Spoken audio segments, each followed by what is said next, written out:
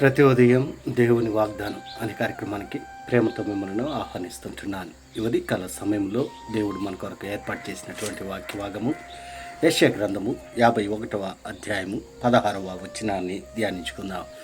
యెషయా గ్రంథము 51వ అధ్యాయము 16వ వచనాన్ని ధ్యానించుకుందాం.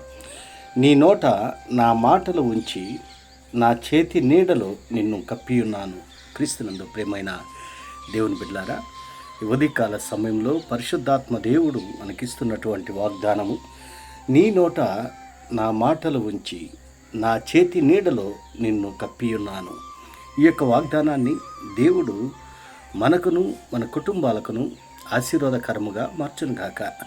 ఈ యొక్క మాటల్లోని ఆత్మీయ సత్యాలను మనం గ్రహించినట్లయితే, పరిశుద్ధాత్మ దేవుడు ప్రవక్త అయినటువంటి యెషయా ద్వారా ఈ యొక్క మాటలను మాట్లాడుతూ ఉంటున్నాడు.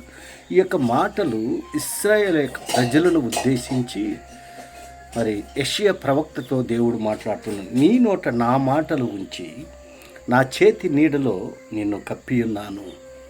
మరి తన ప్రజల కొరకు దేవుడు యెషయా ప్రవక్తను ఇక్కడ ఒక సాధనముగా వాడుకుంటూ ఉంటున్నాడు. అంత మాత్రమే కాదు, కానీ దేవుని యొక్క తోడ్పాటు, దేవుని యొక్క దయ, దేవుని యొక్క కృప భక్తుడైనటువంటి ప్రవక్త అయినటువంటి యెషయాకు తోడుగా ఉంటుందని అభయాన్ని దేవుడు ఇస్తూ ఉంటున్నాడు. అంత మాత్రమే కాదు, మరి దేవుడు అనేక వాగ్దానాలను ఇక్కడ తన ప్రజలకు ఇస్తూ ఉంటున్నాడు. ఆయన చేతి నీడలో మరి తన ప్రజలను కప్పి ఉంటున్నాడు. అనునిత్యము తన ప్రజలను కాచి కాపాడుతూ ఉంటున్నాడు. ఎవరైతే ఆయనను నమ్మి ఆయన్ను అంగీకరిస్తారో అటువంటి వారిని దేవుడు ఎల్లవేళ్ళ కాచి కాపాడుతాడు. ఎందుకనగా నన్ను ఆశ్రయించు వారిని నేనేమాత్రమును త్రోసివేయను అని దేవుడు వాగ్దానం చేశాడు.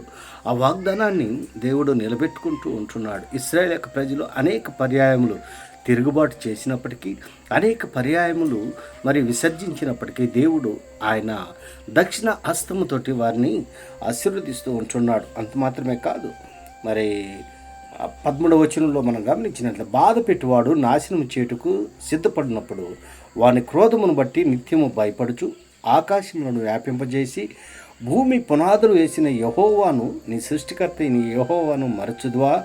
బాధ పెట్టువాడిని క్రోధము ఏమాయను? కృంగబడిన వాడు త్వరగా విడుదల పొందును. అతడు గోతిలోనికి పోడు, చనిపోడు, అతనికి ఆహారము తప్పదు. నేను నీ దేవుడైన యెహోవాను. సముద్రం యొక్క కెరటములు ఘోషించినట్లు దాన్ని రేపువాడు నేనే. సైన్యములకు అధిపతి యొక్క యెహోవా అని ఆయనకు పేరు. ఆయన సైన్యములకు అధిపతి అయినటువంటి యెహోవా అని పేరు దేవునికి ఉంటున్నది. నేను ఆకాశములను స్థాపించినట్లును భూమి పునాదులు వేయినట్లును నా జనము నీవేయని సియోనుతో చెప్పినట్లును. మరి యెషయా ప్రవక్త ఈ మాటలన్నీ కూడా దేవుడు యెషయా ప్రవక్త మాట్లాడుతుంది. ఈ మాటలు తన ప్రజలైనటువంటి ఇశ్రాయేలీలతో మాట్లాడుతూ ఉంటున్నాడు. మరి యెషయా ప్రవక్త ఇంకా 5వ వచనంలో మనం గమనించినట్లయితే, నేను ఏర్పరచిన నీతి సమీపముగా ఉన్నది, నేను కలుగజేయ రక్షణ బయలుదేరుతున్నది, నా బాహువులు జనములకు తీర్పు తీర్చును. దీపంలారా నా తట్టు చూచి నిరీక్షణ గలవారాగుదురు, వారు నా బాహువును ఆశ్రయింతురు.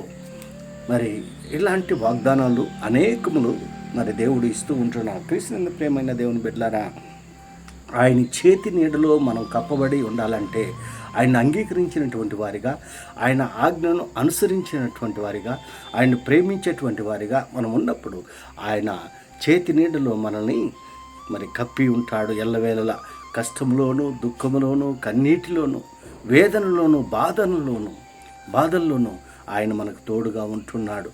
ఆయన చేతి నీడలో నీవు నేను కప్పబడి ఉండాలని ఈ కొద్ది మాటల ద్వారా నేను హెచ్చరిక చేస్తాను. దేవుడి యొక్క మాటలను మరెక్కువగా మీకును మీ కుటుంబాలకును ఆశీర్వాదకరముగా మార్చినగాక. ఆమేన్.